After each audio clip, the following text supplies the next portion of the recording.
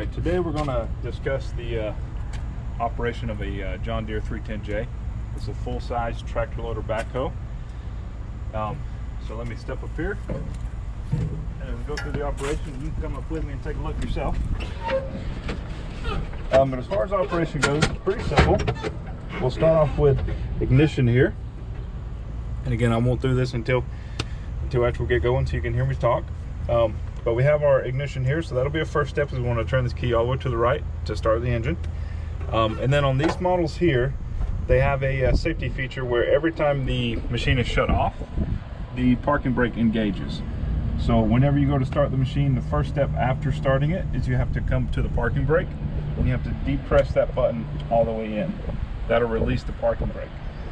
So from there, after you've started it and released your parking brake, we'll just go over general controls from there. So we have this knob here on your right hand that'll operate your loader. So if you pull this backwards, the bucket comes up, push it down, push it forwards, bucket comes down, and then going left and right with the stick will dump and curl your bucket. From there, obviously in front of you here, you have the steering wheel. Then to the left of the steering wheel, just below it, you have the shuttle shifter. So the shuttle shifter is going to be how you put it in forward or reverse, and then also how you determine what gear you want to be in. So centered like this is going to be neutral.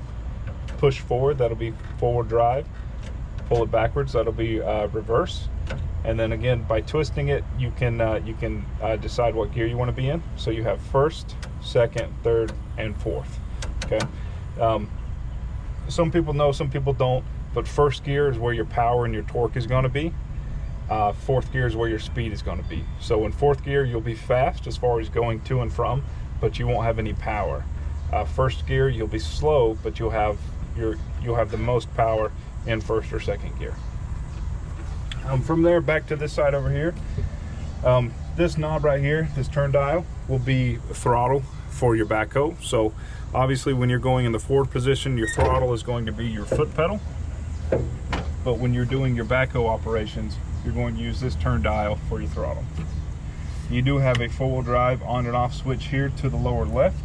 And that'll be determined by an indicator light that'll come on. It'll flash green when full drive is on. So pushed up, that'll be full drive on, and again you'll see the light come on when the tractor is on. You'll see the light come on and push down, that's full drive off.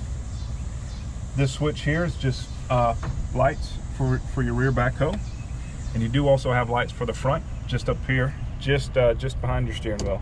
You have lights for the front. From there, down here to the floor, we'll discuss those. So this switch right here is going to be for your differential lock. You do want to make sure the tractor is at idle at this point. So tractor idle, I'd say it needs to be around 900 RPMs. Press that once, that'll engage it. And then to take it off, again, same thing, you want to make sure your tractor is at idle. Press it again and that'll disengage it. This here is going to be a brake. You do have the ability to separate them if you need to by pulling the little metal tab in between them. And these brakes are going to operate your two rear tires. So your right brake here will operate your right tire, your left brake will operate your left tire. And they can also work in tandem just by reinstalling that metal tab. And again, like I said before, this here is going to be your throttle when you're in this forward position. So going towards the backhoe, on your seat here, you do have two pedals. The one on the left, if you were to lift up on it and at the same time twist, then you'll come around to the backhoe controls. One of our first steps that we'll do when we go to operate our backhoe is we want to stabilize the tractor. So we want to use these sticks here to the left to lower our stabilizers down to the ground. And if you're on an incline, you can use these legs to level and kind of stabilize the tractor on the rear for a safer operating position. And then once you've done that, you also want to go to the front and use this control lever up here and lower the bucket all the way down to the ground to make sure that the front of the tractor is stable as well. So once you've got those two things done, then you can begin your backhoe work. So right now our backhoe is in the lock position, and the way we'll get that off is when the tractor is on, you actually pull back on this left stick And while you're pulling back on that slightly, you'll actually pull back on this one as well. So this here is a lock. You can see when I pull this backwards, it moves that mechanism down there. On both sides of this backhoe, there's a little notch, and it's got these little mechanisms stuck into them. And as you pull back on this, it'll pull those up and back and allow you to swing this forward out of the way of the lock and allow you to dig.